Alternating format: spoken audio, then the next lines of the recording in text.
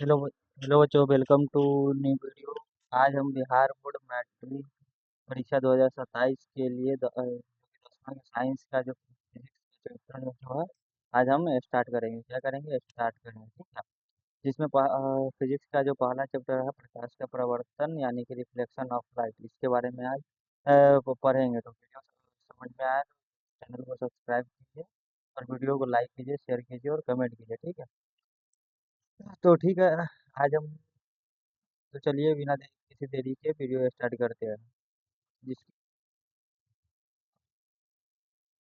आज का जो चैप्टर है वो है प्रकाश का परावर्तन। क्या है? प्रकाश का परावर्तन यानी कि रिफ्लेक्शन ऑफ लाइट। इसके बारे में हम पूरा आज डिटेल से पढ़ेंगे। तो उसके पहले हमको समझ में सबसे पहले पढ़ेंगे कि प्रकाश क्या है। तो यानी कि प्रकाश जो होता है वो क्या है, अथवा प्रकाश से आप क्या समझते थे, इसका आंसर लिखेंगे। ऊर्जा का वह माध्यम या साधन जिसके द्वारा हमें किसी वस्तु को देखने की संवेदना या आभास होता है। तो यानी कि ऊर्जा का वह साधन जिसके द्वारा हम किसी वस्तु को देख सकते हैं या देखने का आभास होता है, उसे क्या कहते हैं? प्रकाश कहते हैं।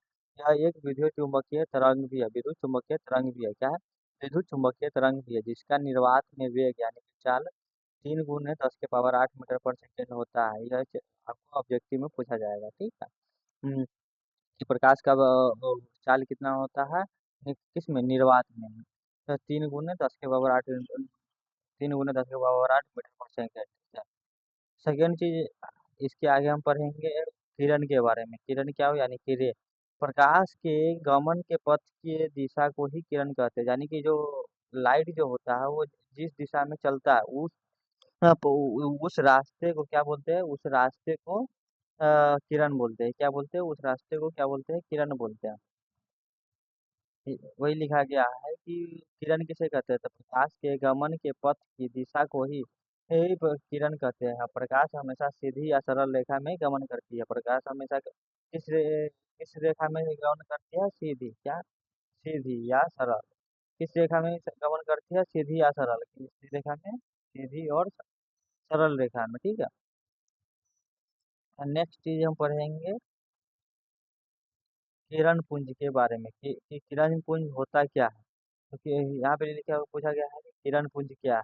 यानी कि बीम ऑफ लाइट, इसको हम क्या बोलते हैं? किरणों के समूह को किरण पुंज या प्रकाश पुंज कहते हैं। क्या कहते हैं? किरणों के समूह को किरण पुंज कहते हैं। और यह कितने प्रकार का होता है? 3 प्रकार का होता है। निम्नलिखित पहला जो प्रकार है वो है समानांतर किरण पुंज। दूसरा है संतृप्त या अभिसारी किरण पुंज। और तीसरा क्या है? अपसरित या अपसारी किरण पुंज। अपसरित या अपसारी किरण पुंज, इसके तीनों के बारे में बारी बारी से पढ़ते हैं, ठीक है। पहला चीज जो है समानांतर किरण पुंज, इसको इसे कहते हैं वैसा किरण पुंज जिसकी सभी किरणें एक दूसरे के समानांतर हो। यानी कि वैसा किरण पुंज जिसमें सभी किरणें एक दूसरे के क्या होता है? समानांतर होता है, उसे क्या बोलते हैं? समानांतर किरण पुंज। क्या बोलते हैं? समानांतर किरण पुंज। जैसे कि यहाँ पे इसका चित्र दिया गया है। क्या दिया गया है? चित्र दिया गया है। इसमें क्या दिखाया गया है कि सभी किरण जो है एक दूसरे के समानांतर है। इसी को क्या बोलते हैं? समानांतर किरण पुंज। दूसरा जो है उसको संतृप्त या अभिसारी किरण पुंज। इसको क्या बोलते हैं? वैसी किरण पुंज जिसकी सभी किरणें एक बिंदु पर मिलती है या मिलती हुई प्रतीत होती है। क्या होती है? मिलती हुई प्रतीत होती है, उसे क्या बोलते हैं? संतरिप्त या अभिसारी किरण पुंज बोलते हैं। जैसे कि यहाँ पे दिखाया गया है कि सभी जो प्रकाश या किरण है, एक ही बिंदु पर क्या होती है? मिलती है या मिलती हुई प्रतीत होती है, उसी को क्या बोलते हैं? संतृप्त किरण पुंज। और उसके बाद है अपसरित या अपसारी किरण पुंज, किसे बोलते हैं? वैसी किरण पुंज जिसकी सभी किरणें एक बिंदु से निकल कर विभिन्न दिशाओं में फैल जाती है, उसे क्या बोलते हैं? अपसरित किरण पुंज। क्या बोलते हैं? अपसरित किरण पुंज। जैसे कि यहाँ पे सभी जो किरण पुंज है एक ही बिंदु पे से निकला है और सभी अलग अलग दिशाओं में फैल गया, इसको क्या बोलेंगे? अपसरित किरण पुंज। क्या बोलेंगे? अपसरित किरण पुंज, ठीक है। तो किरण पुंज क्या है? किरणों के समूह को ही किरण पुंज कहते हैं। यह 3 प्रकार का होता है। पहला समानांतर किरण पुंज, दूसरा तो अपसरित संतृप्त या अपसारी किरण पुंज, और तीसरा क्या होता है? अपसरित या अपसारी किरण पुंज, ठीक है। इससे अब आगे बढ़ते हैं, ठीक है। तो वो आगे में क्या में पढ़ना है प्रदीप्त या आत्मदीप्त पदार्थ। क्या बोलते हैं? प्रदीप्त या आत्मदीप्त पदार्थ। प्रदीप्त या आत्मदीप्त पदार्थ किसको कहते हैं? वैसा पदार्थ जिससे स्वतः प्रकाश निकलती, यानी कि वैसा प्रकाश जिससे प्रकाश वैसा पदार्थ जिससे जो प्रकाश यानी कि लाइट जो होती है वो अपने आप निकलती है, उसे क्या बोलते हैं? प्रदीप्त या आत्मदीप्त पदार्थ बोलते हैं। जैसे कि सूर्य, तारे, जलती हुई मोमबत्ती, जलता बल्ब आदि। ठीक है। प्रदीप्त में क्या होगा? वो लाइट जो होगा वो अपने आप निकलती है, उसे क्या बोलते हैं? प्रदीप्त पदार्थ बोलते हैं। अप्रदीप्त पदार्थ या अदीप्त पदार्थ किसको बोलते हैं? वह ऐसा पदार्थ जिससे स्वतः प्रकाश नहीं निकलती है, यह अपने पर पड़ने वाले प्रकाश को परावर्तित कर देता है। और अप्रदीप्त पदार्थ किसको कहते हैं? कि वैसा पदार्थ जिससे स्वतः प्रकाश नहीं निकलती, यानी कि वैसा पदार्थ जिससे अपने आप लाइट नहीं निकलती और यह अपने पर पड़ने वाले प्रकाश को परावर्तित कर देता है, उसे क्या बोलते हैं? अप्रदीप्त पदार्थ बोलते हैं। जैसे कि चंद्रमा, पत्थर, टेबल इत्यादि। उसके बाद हम पढ़ेंगे प्रकाशीय माध्यम किसे कहते हैं। नेक्स्ट टॉपिक क्या है? प्रकाशीय माध्यम किसे बोलते हैं, किसे कहते हैं? तो वह माध्यम जिसके द्वारा प्रकाश किसी वस्तु से निकल कर हमारी आंखों तक पहुंचता है, उसे क्या बोलते हैं? प्रकाशीय माध्यम बोलते हैं। उसे क्या बोलते हैं? प्रकाशीय माध्यम। प्रकाशीय माध्यम किसको कहते हैं? वह माध्यम जिसके द्वारा प्रकाश किसी वस्तु से निकल कर हमारी आंखों तक पहुंचता है, उसे हम क्या बोलते हैं? प्रकाशीय माध्यम बोलते हैं। इसका इसका भी 3 प्रकार होता है। क्या होता है? पहला पहला जो होता है पारदर्शी माध्यम, दूसरा अपारदर्शी माध्यम और तीसरा जो होता है परभाषी माध्यम। पारभाषी माध्यम क्या होता है? पारभाषी माध्यम। तो चलिए पारदर्शी माध्यम के क्या बोलते हैं? कि वैसे पदार्थ जिससे जो प्रकाश होता है आर पार आसानी से निकल जाता है। पारदर्शी माध्यम में क्या बोलेंगे? कि वैसा पदार्थ, वैसा पदार्थ, तो वैसा पदार्थ जिससे प्रकाश आर पार आसानी से निकल जाता है। क्या निकल जाता है? आसानी से निकल जाता है, उसे क्या बोलते हैं? पारदर्शी माध्यम। जैसे कि कांच, हवा, पानी इत्यादि। कांच, हवा, पानी इत्यादि। ठीक है। अगला जो है अपारदर्शी माध्यम। तो उसमें बोलते हैं कि वैसा माध्यम जिससे प्रकाश जो होता है आर पार नहीं निकल पाता है। क्या नहीं निकल पाता है? आर पार नहीं निकल पाता है। जैसे पत्थर, ईंट। अपारदर्शी माध्यम का मतलब क्या होगा? कि लाइट जो होता है वो आर पार नहीं निकल पाएगा। जैसे कि यहाँ पे जो ईंट दिया गया है, इस पे हम लाइट मारेंगे तो ये आर पार नहीं निकल पाएगा। आर पार नहीं निकल पाएगा।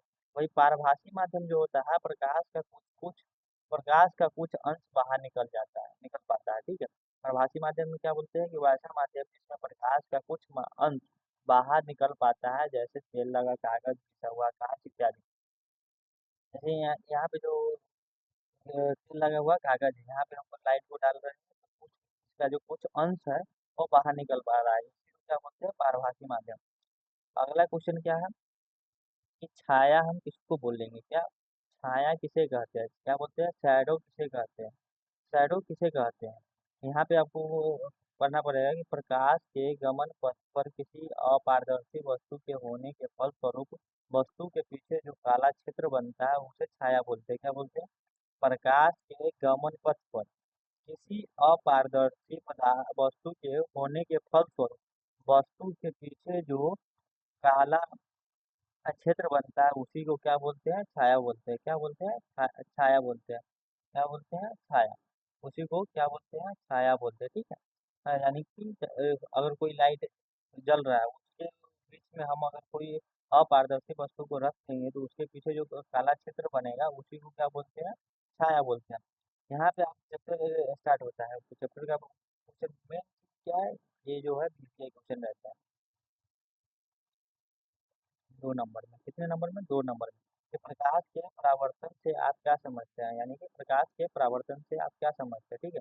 तो प्रकाश के किरण को प्रकाश के परावर्तन से आप क्या समझते हैं? तो इसका आंसर लिखेंगे कि प्रकाश के किरण को किसी चिकनी या चमकीली सतह से टकराकर पुनः उसी माध्यम में और वापस लौटने की क्रिया प्रकाश का परावर्तन कहलाता है। यानी कि जब कोई प्रकाश की किरण किसी चिकनी या चमकीली सतह से टकराकर पुनः अपने ही माध्यम में यानी कि उसी माध्यम में वापस लौट जाती है, उसी प्रक्रिया को हम क्या बोलते हैं? प्रकाश का परावर्तन बोलते हैं। क्या बोलते हैं? प्रकाश का परावर्तन बोलते हैं। ठीक है। क्या बोलते हैं? प्रकाश के परावर्तन बोलते हैं। उसके बाद हम पढ़ेंगे प्रकाश के परावर्तन के नियम। यानी कि प्रकाश के परावर्तन के कितने नियम होते हैं? प्रकाश के परावर्तन के 2 नियम होते हैं जो निम्नलिखित। ये भी आपको 2 नंबर में पूछा जाएगा, में वीवीआई ऐसे ऑब्जेक्टिव भी आता है, ठीक है। यहाँ पे हम पढ़ेंगे प्रकाश के परावर्तन के नियम। तो प्रकाश के परावर्तन के 2 नियम है जो निम्नलिखित है। आपतित किरण, परावर्तित किरण और आपतन बिंदु पर डाला गया लंब तीनों एक ही समतल में होता है। जैसे कि ये हो गया आपतित किरण, ये निकलने वाली हो गया परावर्तित किरण, और ये आपतन बिंदु पर जो ये हो गया आपतन बिंदु, क्या हो गया? आपतन बिंदु।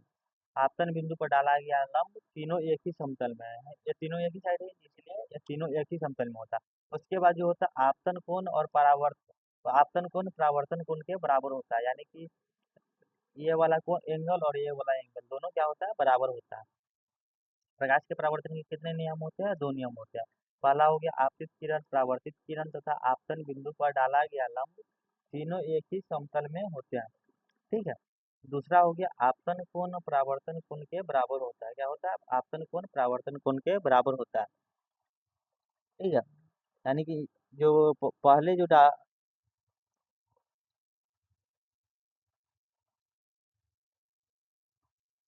अगला चीज हो गया परावर्तन की शब्दावली, यानी कि इस पे हम पढ़ेंगे आपतित किरण किसको कहते हैं, परावर्तित किरण किसको कहते हैं।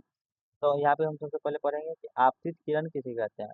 तो वैसी किरण जो किसी वस्तु के सतह से टकराती है, यानी कि जैसे कि ये किसी कोई वस्तु यानी कि दर्पण हो गया, और एक किरण किसी वस्तु के से टकराता है, क्या होता है? टकराता है। उसी टकराने वाली किरण को क्या बोलते हैं? आपतन कोण, आपतित किरण क्या बोलते हैं? आपतित किरण क्या बोलते हैं? आपतित किरण। आपतित किरण किसे कहते हैं? कि वैसी किरण जो किसी वस्तु के सतह से टकराती है उसे आपतित किरण कहते हैं। दूसरा चीज, अगला चीज हो गया परावर्तित किरण किसे कहते हैं। तो वैसी किरण जो किसी वस्तु के सतह से टकराकर वापस लौट जाती है, जैसे ये किरण टकराई और ये वापस जो लौटी है, इसी किरण को क्या बोलते हैं? परावर्तित किरण बोलते हैं, क्या बोलते हैं? परावर्तित किरण, ठीक है। अगला जो है आपतन बिंदु किसे कहते हैं। तो आपतन बिंदु किसे कहते हैं? किसी सतह की वह बिंदु जिस पर आपतित किरण टकराती है, यानी कि वैसी बिंदु हम किसी समतल की वह बिंदु तो जहाँ पर जो आपतित किरण होती है वो टकराती है, आपतित किरण टकराती है, उसी को क्या बोलते हैं? आपतन बिंदु, क्या बोलते हैं? आपतन बिंदु, क्या बोलते हैं? आपतन बिंदु। अगला चीज हो गया अभिलंब। अभिलंब वह सीधी रेखा है जो आपतित किरण और परावर्तित किरण को अलग अलग करती है, यानी कि वैसी सीधी रेखा जो आपतित किरण और परावर्तित किरण को अलग अलग करती है, इसी को क्या बोलते हैं? अभिलंब बोलते हैं, क्या बोलते हैं? अभिलंब बोलते हैं। अगला चीज हो गया आपतन कोण किसे कहते हैं। तो आपतन कोण जो हो, आप आपतित किरण और अभिलंब के बीच बनने वाले कोण को क्या बोलते हैं? आपतन कोण बोलते हैं। इसी को क्या बोलते हैं? आपतित किरण और अभिलंब से बने कोण को आपतन कोण कहते हैं, और इसे आई से सूचित किया जाता है। किसे सूचित किया जाता है? आई से सूचित किया जाता है, ठीक है। किसे सूचित किया जाता है? आई से सूचित किया जाता है, ठीक है। इसे आई से सूचित किया जाता है, किससे सूचित किया जाता है? आई से सूचित किया जाता है। अगला चीज है आपका कि परावर्तन कोण किसे कहते हैं, क्या बोलते हैं? परावर्तन कोण किसे कहते हैं। तो परावर्तित किरण और अभिलंब से बने कोण को परावर्तन कोण कहते हैं। तो इसे आर से सूचित किया जाता है, किससे सूचित किया जाता है? आर से सूचित किया जाता है। परावर्तन कोण क्या होता है? कि परावर्तित किरण और अभिलंब से बने कोण को परावर्तन कोण कहते हैं। इसे किससे सूचित किया जाता है? आर से सूचित किया जाता है, ठीक है। किससे सूचित किया जाता है? आर से सूचित किया जाता है। और परावर्तक सतह किसे कहते हैं? तो वह सतह जिससे प्रकाश टकराती है, यानी प्रकाश से टकराने वाली सतह को प्रकाश अ, जहाँ पे टकराती है उसी को क्या बोलते हैं? परावर्तक सतह कहते हैं, क्या बोलते हैं? परावर्तक सतह। हम परावर्तक सतह, ठीक है। परावर्तक सतह किसी को कहते हैं? वह सतह जिससे प्रकाश टकराती है उसे क्या बोलते हैं? परावर्तक सतह, ठीक है। यहाँ यहाँ पे सब एक बार फिर से रिवाइज कर लेते हैं। आपतित किरण किसी को कहते हैं? वैसी किरण जो किसी वस्तु से टकराती है उसी को क्या बोलते हैं? आपतित किरण। परावर्तित किरण किसी को कहती है? वैसी किरण जो किसी वस्तु के सतह से टकराकर वापस लौट जाती है उसी को क्या बोलते हैं? परावर्तित किरण। और आपतन बिंदु किसी को कहते हैं? कि वह किसी सतह की वह बिंदु जिस पर आपतित किरण टकराती है उसी को क्या बोलते हैं? आपतन बिंदु बोलते हैं। और अभिलंब किसको बोलते हैं? वह सीधी रेखा जो आपतित किरण और परावर्तित किरण को अलग अलग करती है उसी को क्या बोलते हैं? अभिलंब बोलते हैं। और आपतन कोण किसको बोलते हैं? आपतित किरण और अभिलंब से बने कोण को आपतन कोण कहते हैं। क्या बोलते हैं? आपतन कोण को आपतन कोण को किससे सूचित किया जाता है? आई से सूचित किया जाता है। परावर्तन कोण को किसे कहते हैं? परावर्तित किरण और अभिलंब से बने कोण को क्या बोलते हैं? परावर्तन कोण बोलते हैं। और इसे किससे सूचित किया जाता है? आई से सूचित किया जाता है। किससे सूचित किया जाता है? आई से। परावर्तक सतह किसको कहते हैं? वह सतह जिससे प्रकाश टकराती है उसी को क्या बोलते हैं? परावर्तक सतह बोलते हैं। ठीक है, चलिए आगे आगे पढ़ते हैं। नियमित परावर्तन किसको कहते हैं? यानी कि परावर्तन भी अब दो प्रकार का हो गया, नियमित और अनियमित। तो नियमित परावर्तन किसको कहते हैं? जब प्रकाश की किरण क्या है कि जब प्रकाश की किरण चिकनी या चमकीली सतह से टकराकर परावर्तित होती है तो उसे नियमित परावर्तन बोलते हैं। क्या बोलते हैं? जैसे कि ये कोई वस्तु है और यह जो है चिकनी और चमकीली है। क्या है? चिकनी और चमकीली है। तो यहाँ पर जो प्रकाश की किरण परावर्तित होती है उसी को क्या बोलते हैं? नियमित परावर्तन बोलते हैं। जब प्रकाश की किरण चिकनी या चमकीली सतह से टकराकर परावर्तित होती है उसी को क्या बोलते हैं? नियमित परावर्तन बोलते हैं। क्या बोलते हैं? नियमित परावर्तन बोलते हैं। दूसरा हो गया अनियमित। जब प्रकाश की किरण रुखरी सतह यानी कि उबड़ खाबड़ क्या उबड़ खाबड़ उबड़ खाबड़ सतह से टकराकर परावर्तित होती है उसे क्या बोलते हैं? अनियमित परावर्तन बोलते हैं। क्या बोलते हैं? अनियमित। नियमित परावर्तन में जो प्रकाश होगा वह चिकनी और चमकीली सतह से टकराकर परावर्तित होगी और अनियमित में कैसे होगी? रुखिरी या उबड़ खाबड़ सतह से टकराकर परावर्तित होगी। ठीक है, प्रकाश का विवर्तन किसे कहते हैं? यह भी 2 नंबर का क्वेश्चन 2 नंबर में पूछा जाता है कि प्रकाश का विवर्तन किसे कहते हैं, यानी कि डिफ्रैक्शन किसे कहते हैं।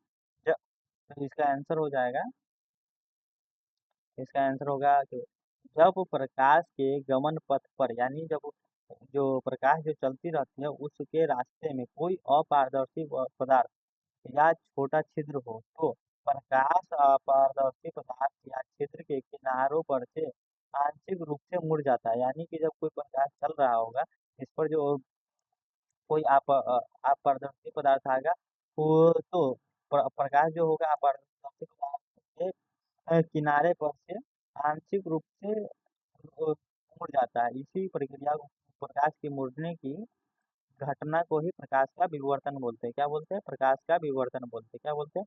प्रकाश का विवर्तन। चलिए एक बार फिर से समझते हैं। प्रकाश का विवर्तन किसे बोलते हैं? प्रकाश का विवर्तन यानी कि जब कोई प्रकाश जब प्रकाश के गमन पथ पर कोई अपारदर्शी पदार्थ हो। जब ये प्रकाश हो गया और ये क्या हो गया? अपारदर्शी पदार्थ हो गया। क्या हो गया? अपारदर्शी पदार्थ या छोटा छिद्र हो तो प्रकाश अपारदर्शी पदार्थ या छिद्र के किनारों पर से आंशिक रूप से मुड़ जाता है। क्या हो जाता है? आंशिक रूप से मुड़ जाता है। उसी को इस प्रकाश के इस मुड़ने की घटना को ही प्रकाश का विवर्तन बोलते हैं। क्या बोलते हैं? प्रकाश का विवर्तन। क्या बोलते हैं? प्रकाश का विवर्तन। ठीक है, चलिए आगे अगला क्वेश्चन पढ़ते हैं।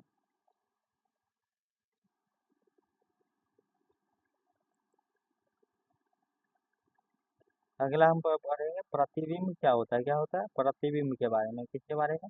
प्रतिबिंब के बारे में। ठीक है, ये प्रतिबिंब किसे कहते हैं? यानी कि इमेज किसी भी बिंदु स्रोत से आती हुई प्रकाश की किरणें परावर्तन या अपवर्तन के बाद जिस बिंदु पर मिलती है या मिलती हुई प्रतीत होती है उसे प्रतिबिंब कहते हैं। क्या बोलते हैं? उसे प्रतिबिंब कहते हैं। क्या बोलते हैं? उसे प्रतिबिंब कहते हैं। यह दो प्रकार की होता है। प्रतिबिंब कितने प्रकार का होता है? दो प्रकार का होता है। प्रतिबिंब किसी को कहते हैं?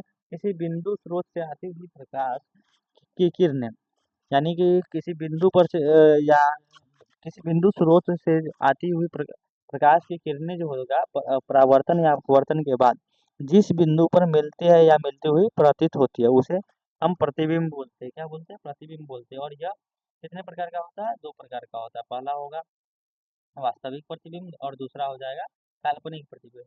पहला होगा रियल इमेज और दूसरा होगा वर्चुअल इमेज। तो वास्तविक प्रतिबिंब किसको बोलते हैं? यह किरण के वास्तविक रूप से कटने से बनता है। वास्तविक प्रतिबिंब के किरण कैसे कटने से बनता है? वास्तविक रूप से। और काल्पनिक, यह किरण के काल्पनिक रूप से कटने से बनता है। उसी को क्या बोलते हैं? काल्पनिक प्रतिबिंब। वास्तविक प्रतिबिंब जो है यह प्रतिबिंब हमेशा उल्टा बनता है, यानी वास्तविक प्रतिबिंब जो होगा हमेशा उल्टा रहेगा। क्या रहेगा? उल्टा रहेगा। वास्तविक प्रतिबिंब को हम पर्दे पर उतार सकते हैं, यानी कि वास्तविक प्रतिबिंब जो होता है उसको हम पर्दे पर बना सकते हैं, यानी उतार सकते हैं। चौथा पॉइंट हो जाएगा इसके बारे में, जो दर्पण के सामने बनता है। वास्तविक प्रतिबिंब किसके सामने बनता है? दर्पण के सामने बनता है। और काल्पनिक प्रतिबिंब क्या होता है? प्रतिबिंब हमेशा सीधा होता है। काल्पनिक प्रतिबिंब जो होता है वो हमेशा सीधा होता है। काल्पनिक प्रतिबिंब को हम पर्दे पर नहीं उतार सकते हैं, यानी काल्पनिक प्रतिबिंब जो होता है उसे हम किसी पर्दे पर नहीं दिखा सकते। ठीक है? चौथा चीज हो जाएगा, काल्पनिक प्रतिबिंब जो होता है वो दर्पण के पीछे बनता है। किसके पीछे बनता है? दर्पण के पीछे बनता है। चलिए, समझ में आ गया। अब आगे बढ़ते हैं। ठीक है,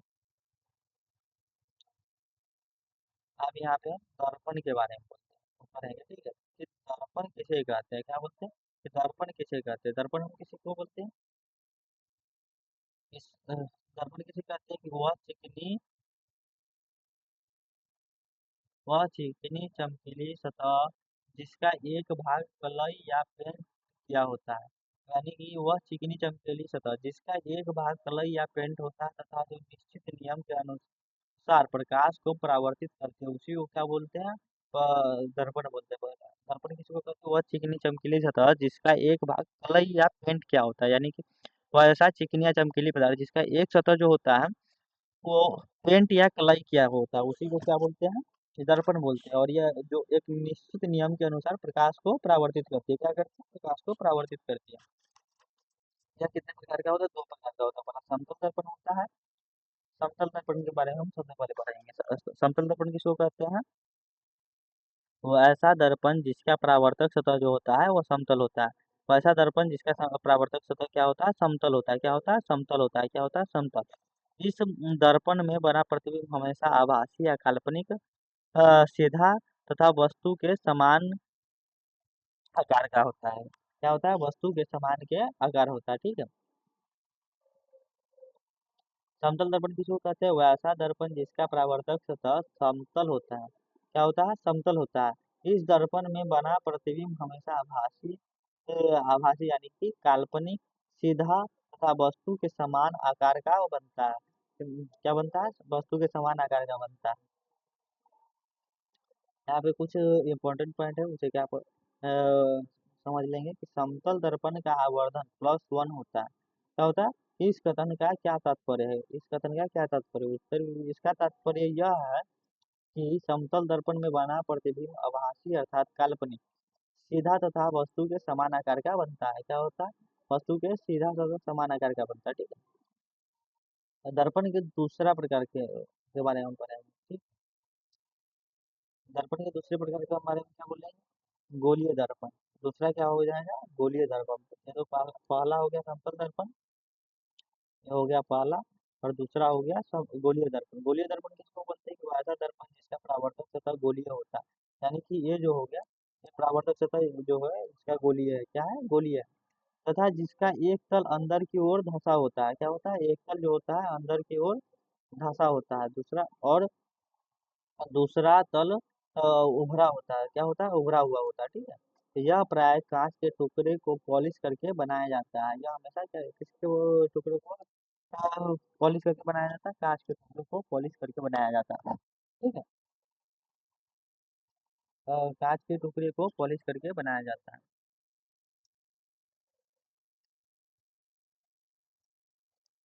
अवतल दर्पण किसको बोलते हैं? अवतल दर्पण बोलते हैं कि वह ऐसा दर्पण जिसका परावर्तक सतह अंदर की ओर धंसा होता है। क्या होता है? अंदर की ओर धंसा होता है। ये जो है ये हो गया आपका अवतल दर्पण। ठीक है।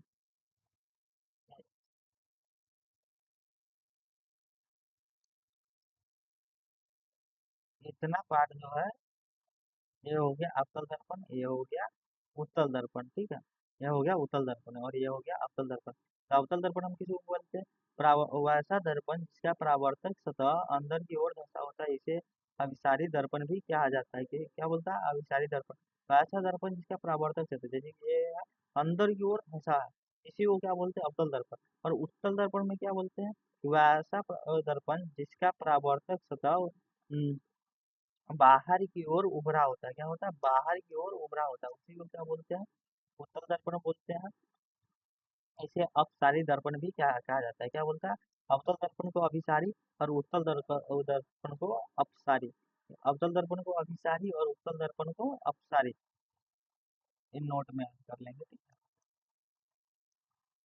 अगला अगला हम पढ़ेंगे आवर्धन के बारे में। इसके बारे में आवर्धन के बारे में कि आवर्धन से आप क्या समझते हैं।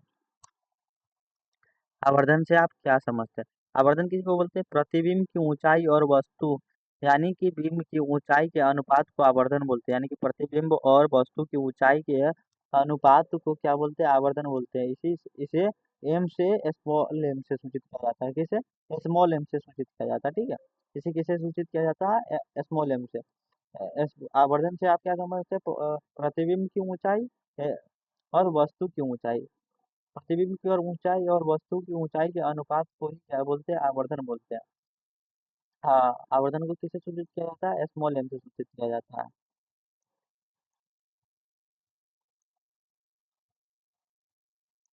अगला चीज है कि अवतल दर्पण के उपयोग। अवतल दर्पण का क्या होगा? अवतल दर्पण का उपयोग, कि अवतल दर्पण का उपयोग कहाँ किया जाता है? अवतल दर्पण का उपयोग सामान्य उपयोग किया जाता है। अवतल दर्पण का सामान्य उपयोग गाड़ी बनाने में, दंत चिकित्सक द्वारा torch, search search light, table lamp इत्यादि में किया जाता है। तो वही हम बोलेंगे कि अवतल दर्पण का उपयोग सोलर कुकर में क्यों किया जाता है। हम्म,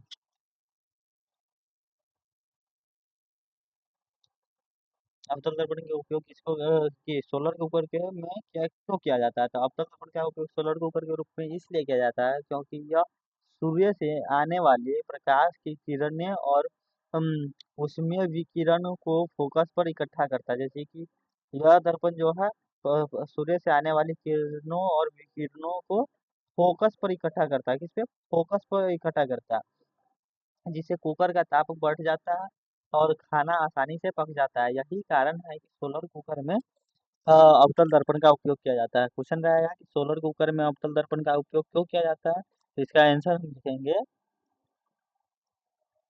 कि अवतल दर्पण का उपयोग सोलर कुकर में इसलिए किया जाता है क्योंकि सूर्य से आने वाली प्रकाश की किरणें और ऊष्मीय विकिरणों को फोकस पर इकट्ठा करती है, जिससे कुकर का तापमान बढ़ जाता है और खाना आसानी से बन जाता है। यही कारण है कि अवतल दर्पण का उपयोग सोलर कुकर के रूप में किया जाता है, ठीक है। नेक्स्ट नेक्स्ट क्वेश्चन हम इसके इसी के बारे में पढ़ेंगे कि अवतल दर्पण का उपयोग हजामती दर्पण के रूप में क्यों किया जाता है। अवतल दर्पण का उपयोग हजामती दर्पण के रूप में क्यों किया जाता है? हजामती यानी कि दाढ़ी बनाने में क्यों किया जाता है? तो इसका लिखेंगे कि अवतल आंसर लिखेंगे कि अवतल दर्पण का उपयोग हजामती दर्पण या दाढ़ी बनाने में इसलिए किया जाता है क्योंकि जब चेहरे को ध्रुव और फोकस के बीच रखा जाता है तो सीधा, काल्पनिक और आवर्धित यानी कि बड़ा प्रतिबिंब बनता है, जिससे छोटी दाढ़ी बड़ी दिखाई पड़ती है। यही कारण है कि अवतल दर्पण का उपयोग दाढ़ी बनाने में किया जाता है। यानी कि जब हम अवतल दर्पण का हजामती दर्पण में करते हैं, हजामती दर्पण में करते हैं तो जब चेहरे को ध्रुव और फोकस के बीच रखा जाता है, चेहरे को ध्रुव और फोकस के बीच रखा जाता है तो सीधा, काल्पनिक और आवर्धित प्रतिबिंब बनता है। आवर्धित यानी कि बड़ा प्रतिबिंब बनता है, जिससे छोटी दाढ़ी भी बड़ी दिखाई पड़ती है। क्या बढ़ती है? और छोटी दाढ़ी भी बड़ी दिखाई पड़ती है। यही कारण है कि अवतल दर्पण का उपयोग हजामती दर्पण के रूप में किया जाता है। अगला क्वेश्चन है कि गाड़ी के हेडलाइट में क्यों किया जाता है? यानी कि अवतल दर्पण का उपयोग गाड़ी के हेडलाइट में क्यों किया जाता है? अवतल दर्पण का उपयोग गाड़ी के हेडलाइट के रूप में क्यों किया जाता है? तो इसका आंसर हम लिखेंगे कि अवतल दर्पण का उपयोग गाड़ी के हेडलाइट के रूप में इसलिए किया जाता है क्योंकि अवतल दर्पण बल्ब से आते प्रकाश की किरण को परावर्तन के बाद समानांतर किरण पुंज में बदल देता है। यानी कि जब अवतल दर्पण जो होता है वो बल्ब से गाड़ी के लाइट यानी कि बल्ब से जो किरण, प्रकाश की किरण जो आता है उसको क्या बोलता है? समानांतर किरण पुंज में बदल देता है। समानांतर किरण पुंज में बदल देता है, जिसके कारण जो होता है वो अधिक दूर तक वस्तु स्पष्ट दिखाई देती है। यही कारण है कि गाड़ी के हेडलाइट में अवतल दर्पण का उपयोग किया जाता है। नेक्स्ट हम पढ़ेंगे कि उत्तल दर्पण का उपयोग क्या, उत्तल दर्पण का उपयोग, ठीक है। उत्तल दर्पण का उपयोग कहाँ किया जाता है? गाड़ी के साइड मिरर या पश्च दृश्य दर्पण के रूप में, गाड़ी के साइड मिरर या पश्च दृश्य दर्पण के रूप में, सड़क या गलियों में लगे बल्ब के ऊपर परावर्तक सतह के रूप में, क्या, परावर्तक सतह के रूप में विभिन्न उत्तल दर्पण का उपयोग कहाँ किया जाता है? गाड़ियों के साइड मिरर या पश्च दृश्य दर्पण के रूप में। दूसरा हो जाएगा सड़क या गलियों में लगे बल्ब के ऊपर परावर्तक के रूप में। और तीसरा हो जाएगा प्रदर्शनी घरों में छोटा प्रतिबिंब बनाने में, प्रदर्शनी घरों में छोटा प्रतिबिंब बनाने में, ठीक है। इसका जो ये जो क्वेश्चन है भी है 2 नंबर में, और इस ये वाला वही जितना जितना क्वेश्चन जो है इसमें से भी कोई एक न एक 2 नंबर में हमेशा पूछा जाता है, ठीक है। अब हम पढ़ते हैं उत्तल दर्पण का उपयोग साइड मिरर या बैक मिरर के रूप में क्यों किया जाता है, क्यों, तो यहाँ पे हम लिखेंगे कि उत्तल दर्पण का उपयोग घड़ी के साइड मिरर या बैक मिरर के रूप में इसलिए किया जाता है क्योंकि उत्तल दर्पण की दृष्टि क्षेत्र बड़ा होता है, क्या होता है, ये उत्तल दर्पण का दृष्टि क्षेत्र जो होता है वो बड़ा होता है, जिस कारण पीछे दूर तक की वस्तु सीधा और स्पष्ट दिखाई पड़ती है। फलतः गाड़ी चलाने में चालक को पीछे से आने वाली गाड़ी गाड़ी की दूरी, गति तथा दिशा स्पष्ट पता चलता है। यही कारण है कि उत्तल दर्पण का उपयोग गाड़ी के साइड मिरर या बैक मिरर के रूप में किया जाता है। तो उत्तल दर्पण का उपयोग घड़ी के साइड मिरर या बैक मिरर के रूप में क्यों किया जाता है? तो इसका आंसर लिखेंगे क्योंकि उत्तल दर्पण का दृष्टि क्षेत्र बड़ा होता है, क्या होता है, उत्तल दर्पण का दृष्टि क्षेत्र बड़ा होता है, जिस कारण पीछे दूर तक की वस्तु सीधा और स्पष्ट दिखाई पड़ती है, जिसके फलस्वरूप गाड़ी चलाने वाले चालक को पीछे से आने वाली गाड़ी, उसकी दूरी, गति तथा दिशा स्पष्ट पता चलता है। और गाड़ी चलाने में जो होता है चालक को सुविधा मिलती है, क्या होती है, सुविधा मिलती है। यही कारण है कि उत्तल दर्पण का उपयोग घड़ी के साइड मिरर या बैक मिरर के रूप में किया जाता है, ठीक है। अ, इस चैप्टर का लास्ट क्वेश्चन जो है अनुबंध फोकस यानी कंजुगेट फोकस किसको बोलते हैं? अनुबंध फोकस, अनुबंध फोकस किसको बोलते हैं? कि गोलीय दर्पण अथवा लेंस, गोलीय दर्पण अथवा लेंस में प्रधान अक्ष पर स्थित ऐसी दो बिंदु है जिसमें एक बिंदु पर वस्तु को रखने पर उसका प्रतिबिंब दूसरी बिंदु पर बनता है। तो ये दोनों बिंदु अनुबंध फोकस कहलाता है, क्या बोलता है, अनुबंध फोकस कहलाता है, क्या कहलाता है, अनुबंध फोकस। गोलीय दर्पण अथवा अनुबंध फोकस किसको बोलते हैं? गोलीय दर्पण अथवा लेंस में प्रधान अक्ष पर स्थित दो ऐसी बिंदु है जिसमें एक बिंदु पर वस्तु को रखने पर उसका प्रतिबिंब दूसरे बिंदु पर बनता है। ये दोनों बिंदु अनुबंध फोकस कहलाता है, क्या कहलाता है, अनुबंध फोकस कहलाता है, ठीक है। इसको क्या बोलते हैं? अनुबंध फोकस कहलाता है। अगर अब वीडियो पसंद आया है तो चैनल को सब्सक्राइब कीजिए और वीडियो को लाइक कीजिएगा। और चैनल का नाम है बिहार बोर्ड अननोन एजुकेटर। चलिए आप थोड़ा सा हम आप लोगों को लिखने के लिए फिर से अति कर देते हैं, ठीक है। लिखने के लिए समय आपको दे दिया जाता है।